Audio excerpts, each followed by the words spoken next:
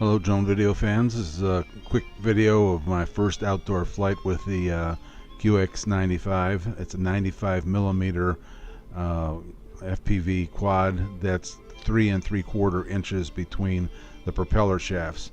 I set my DVR goggle setup on top of the bushes on the right hand side to record while I flew. I'm using my Taranis with a monitor in front of me to use. I was originally intending to fly this line of sight, and I quickly learned that something this small is not really good to fly line of sight.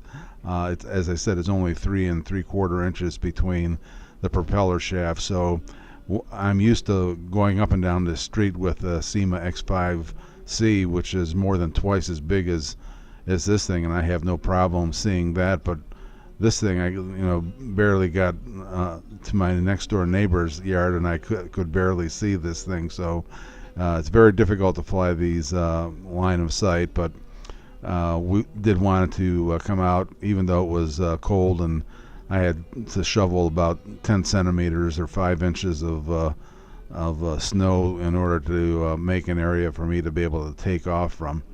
Here we're flying back again. Every once in a while you'll see some flashes on the screen. There's a little bit of a video breakup from the video transmitter back to my recording goggles, and anything, trees, cars, whatever, can cause that you to get a little bit of a breakup. So here I put it into horizon mode to try doing some rolls and flips to check out the tune in Betaflight.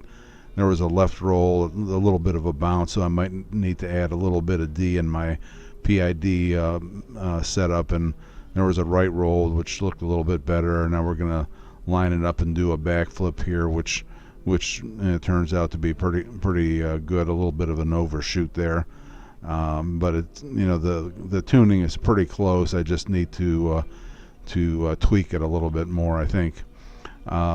You can see the snow, and again, this is not being shot in black and white. Believe it or not, it's actually in color. The camera on here is just a little 600 line TV line camera, so it's not even really high definition. Although I have to say that in the goggles and on the monitor, it does look much better than what you're seeing here that is being recorded. So we're flying it back towards us, and I wanted to get a little bit of a height view to see what it looked like, what the video looked like up high. So we're going to fly up here and go towards my stack of antennas there that I have. One is a ham radio antenna, and the other is a TV antenna, and we're going to fly up there and get a little bit of a view of the snow-covered neighborhood as we climb. And this thing will climb very fast, but I was just taking it easy here, and we're going to rotate around here and get a little bit of a view. You can see those dark clouds all over the place. It wasn't 5 minutes after I shot this video that it was snowing again, pretty heavy, so my fresh shoveling job on the driveway didn't last too long. So we're dropping back down here, and I wanted to make a sort of a run up and down the driveway. So you can see the driveway was just freshly shoveled, and when we get to this point here, we rotate and went past where I wanted to rotate to. I had to look at the screen and line myself back up to fly back down the driveway. Again, it's almost it seems to me it's almost imperative that you're going to have to fly something this small with FPV, or first-person view goggles.